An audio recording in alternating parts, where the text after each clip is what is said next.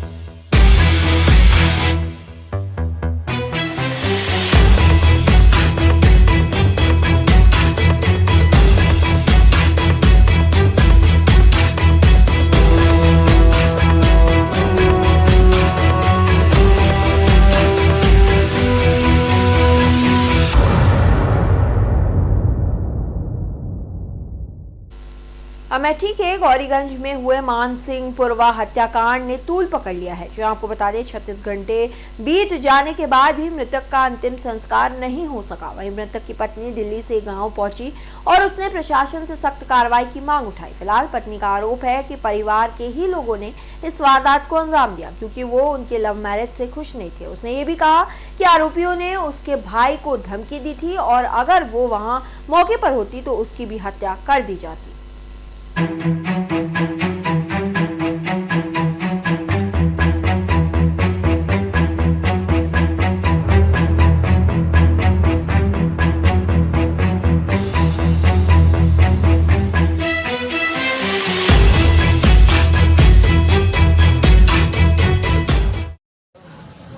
क्या नाम है आपका? आपके पति की हत्या हुई है, इसमें क्या कहना चाहेंगे आप? हमारे पति को जो मारा है सबको गोली मार दिया जाए। जो है उसको दौड़ा कर गोली मार दे, उनके घर पर बुलडोजर चलवा दिया जाए। कैसे, क्या जानती हैं इसके बारे में आप? कैसे हुई, क्यों, क्या रंजिश थी? इसको हमको नहीं पता। मैं अपने माँ पापा के पास गई थी, वहाँ रात को 8 बजे फोन आया। पता चला यहाँ सुकई अंकित से लड़ाई हो गई है, उसको कमरे में बंद करके वो तुम्हारे सुकई को नहीं पता था मैं दिल्ली गई हूँ, नहीं तो मुझे भी मार डालता, मेरे दोनों बच्चों को भी। मेरे भाई को धमकी दिया, अगर वो कहीं मिल जाएगी तो मैं उसको, दोनों बच्चों को मार डालूंगा जान से। आप क्या चाह रही हैं? मैं यही चाह रही हूँ प्रशासन से कि उसकी हत्या कर दी जाए, गोली मार के, दौड़ा के गोली मारी जाए। उसे राम सुंदर यादव, दुर्गेश, रचना देवी, सबको, जो मेरे पति को मारा है सबकी हत्या की जाए, सबकी हत्या की जाए। मैं अपने दोनों बच्चों को लेकर खा जाऊंगी।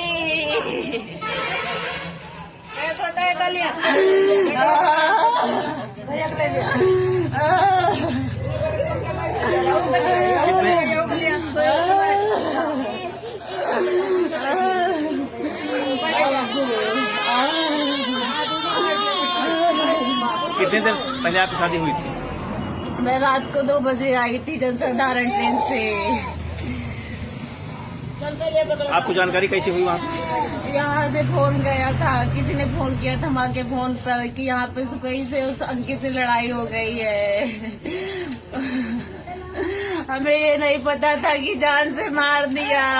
हमसे बताया गया कि उसे रायबरेली में भर्ती कर रखा है। वही सुन के हम भाग के चली आएंगी। हमारे भैया घर अम्मा अकेले यहाँ की रहे अस्पताल, हमारे भैया के साथ जितना चढ़ा दे तो हमारे भाई भैया रहे, हमारे भैया के साथ हवा की रहे, हम कहीं नमका बैठा दिया भैया, हमरा बरेली वाली बुआ किया उतर के अस्पतालिया चली जा पाए, अपने भैया लगा रहा पाए, हम जानी तब ना जाई। अरे भाई मनवा हमारे भैया का मार डाई, हमारी जिंदगी बिगाड़ ली। अरे भाई मनवा पूरी जिंदगी हमारे पिछवा लाग रहा। अरे भाइयों लड़के कितना भागी तब मार डालता है, लड़के भागी तब मार डाई। फर्रुखाबाद से एक संदिग्ध मौत का मामला सामने आ रहा है, जहां हिस्ट्री शीटर सोनू उर्फ बिलेया को गंभीर हालात में जिला अस्पताल ले जाया गया, जहां डॉक्टरों ने उसे मृत घोषित कर दिया। फिलहाल परिजनों का आरोप है कि उस पर धारदार हथियार से हमला किया गया था। फिलहाल इसके साथ साथ पुलिस भी अब इस मामले की हर एंगल से जांच में जुटी हुई है।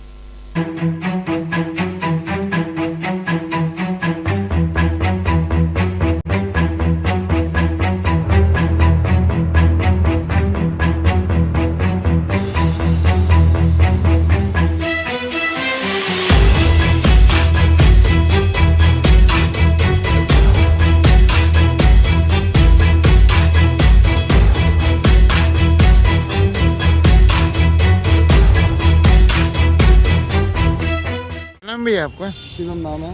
शिवम कौन है यहाँ मृतक के? ये मैं भाई हूँ उनका।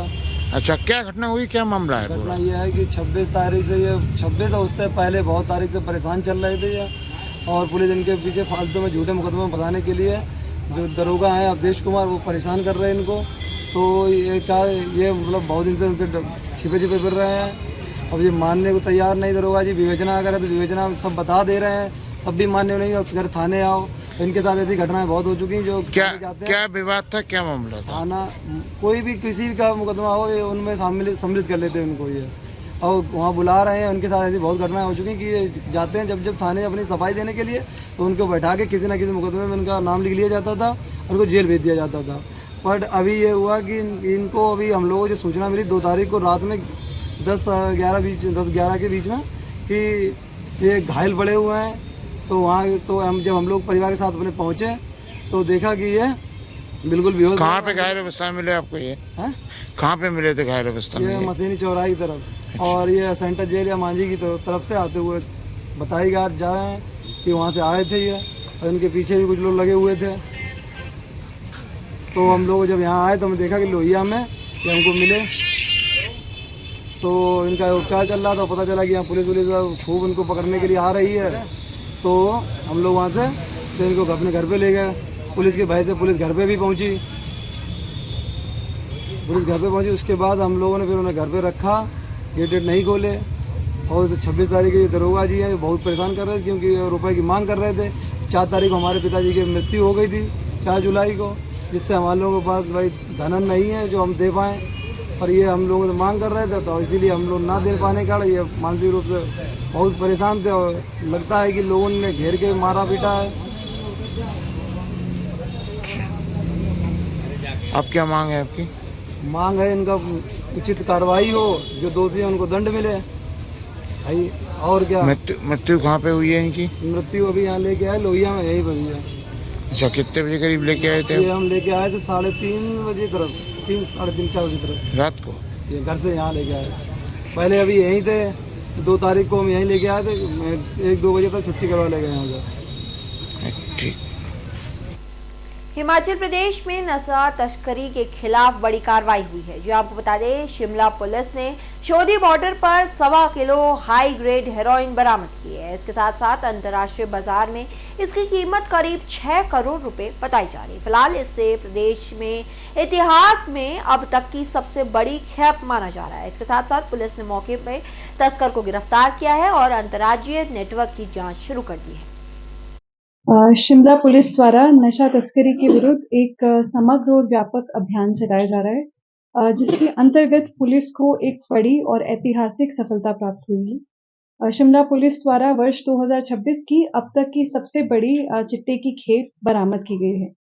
दिनांक 3 अगस्त 2026 को स्पेशल सेल जिला शिमला की टीम द्वारा गुप्त सूचना के आधार पर बाहरी राज्य से नशा तस्करी की फिराक में आए हुए एक चिट्टा तस्करी के सरगना पर नकेल कसते हुए उसे जिला की सीमा शोघी के निकट सुनियोजित कार्रवाई करते हुए विजय कुमार निवासी अंबाला हरियाणा को गिरफ्तार किया गया। आरोपी के कब्जे से 1 किलो 120 ग्राम हेरोइन बरामद की गई, जिसकी अंतर्राष्ट्रीय बाजार में अनुमानित कीमत लगभग 6 करोड़ रुपए है। यह वर्ष 2026 की हिमाचल प्रदेश की अब तक की सबसे बड़ी हेरोइन की बरामदगियों में से है तथा प्रदेश में सक्रिय अंतर राज्यीय नशा तस्करी नेटवर्क के विरुद्ध जिला शिमला पुलिस की सबसे सशक्त एवं मजबूत कार्रवाइयों में से एक है। प्रारंभिक जांच में पता चला है कि आरोपी हरियाणा से हेरोइन की एक बड़ी खेप सप्लाई करने के उद्देश्य से लेकर आया था। वह तारा देवी क्षेत्र में आकर अपने संपर्कों को इस खेप को सौंपने की तैयारी में था। स्पेशल सेल की टीम ने सटीक सूचना के आधार पर तत्काल घेराबंदी कर डिलीवरी होने से पहले ही आरोपी से भारी मात्रा में हेरोइन बरामद कर उसे गिरफ्तार किया। इस मामले में मुकदमा दर्ज कर आगामी जांच की अमल में लाई जा रही है। जिला शिमला पुलिस ने वर्ष 2026 में नशा तस्करी के विरुद्ध अपनी कार्य प्रणाली में महत्वपूर्ण बदलाव लाया है। पहले जहां मुख्य फोकस अधिक से अधिक मामलों को दर्ज करने पर होता था, वहीं अब रणनीति को बदलकर बड़ी एवं गुणवत्तापूर्वक बरामदगी करने पर है। मुख्य सप्लायर्स की गिरफ्तारी सुनिश्चित करना, बैकवर्ड लिंकेजेस, तकनीकी एवं वित्तीय जांच करना तथा पूरे अंतर्राज्यीय तस्करी नेटवर्क को ध्वस्त करने पर विशेष बल दिया जा रहा है। साथ ही आदतन नशा तस्करों को पिट एनडीपीएस एक्ट के तहत जेल में भेजा जा रहा है। इस बदली हुई रणनीति के बहुत से सकारात्मक परिणाम इस वर्ष लगातार सामने आए हैं। मार्च 2026 में थाना न्यू शिमला में 1 करोड़ के मूल्य की 562 एलएसटी की स्टैंप्स बरामद करके एक बड़े अंतर्राज्यीय तस्करी नेटवर्क का पर्दाफाश किया गया था। बैकवर्ड लिंकेजेस के आधार पर मुख्य सप्लायर को केरल राज्य से गिरफ्तार किया गया था। इस मामले में 4 पुलिस कर्मियों के संलिप्तता पाए जाने पर उनकी भी गिरफ्तारी सुनिश्चित की गई तथा उनको नौकरी से बर्खास्त किया गया था। इस पूरे प्रकरण में 8 आरोपियों की गिरफ्तारी कर एक बड़े आपराधिक गठजोड़ को ध्वस्त किया गया। वहीं अप्रैल 2026 में थाना कुमारसैन में 9 किलो से भी अधिक की अफीम की बरामदगी के साथ साथ 12 लाख नकद बरामद किया गया था, जिसमें 3 आरोपियों को गिरफ्तार किया गया। आगामी जांच में एक महिला सप्लायर से 2 किलो अतिरिक्त अफीम भी बरामद हुई। इस प्रकार से इस नेटवर्क से 11.5 किलो जो कि कमर्शियल क्वांटिटी अफीम है वो बरामद की गई। इसी मामले में आगे जांच करते हुए आरोपियों के द्वारा नशे से अर्जित की गई कुल 53 लाख रुपए की संपत्ति को भी पंचकूला से सनसनीखेज वारदात सामने आ रही है, जहां सेक्टर 2 की एक कोठी में घरेलू नौकरानी ने अपनी मालकिन की हत्या कर दी। जी आपको बता दें, बताया जा रहा है कि गहनों की चोरी का राज खुलने के डर से नौकरानी ने इस वारदात को अंजाम दिया। वहीं प्रारंभिक जांच में सामने आया कि मालकिन ने जब नौकरानी से गायब गहनों के बारे में पूछताछ की तो विवाद बढ़ गया और हत्या कर दी गई। वहीं मृतक की पति भारतीय सेना से सेवानिवृत्त कैप्टन है। फिलहाल पुलिस ने मामले की जांच शुरू कर दी है और आरोपी की पूछताछ जारी है।